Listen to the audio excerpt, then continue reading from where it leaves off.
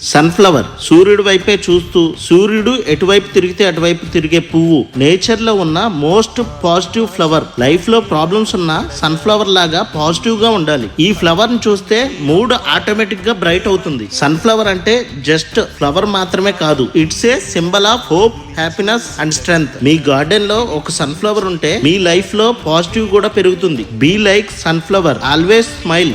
దాహంలో మునిగిన చివురుకు చల్లని తన చెయ్యి అందించి స్నేహంతో మొలకెత్తించే చినుకే ప్రేమంటే. మేఘంలో నిద్దురపోయిన రంగులు అన్నీ రప్పించి మాగాణి ముంగిట పెట్టే ముగ్గే ప్రేమ.